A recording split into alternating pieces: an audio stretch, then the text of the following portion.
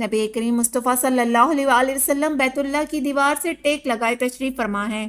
آس پاس صحابہ کرام رضی اللہ تعالیٰ عنہم بھی موجود ہیں۔ باب بنو شیبہ سے ایک خاتون اپنے کم سن بچوں کے ساتھ حرم میں داخل ہوتی ہیں اور بارگاہ رسالت صلی اللہ علیہ وآلہ وسلم میں حاضری کی استدعا کرتی ہیں۔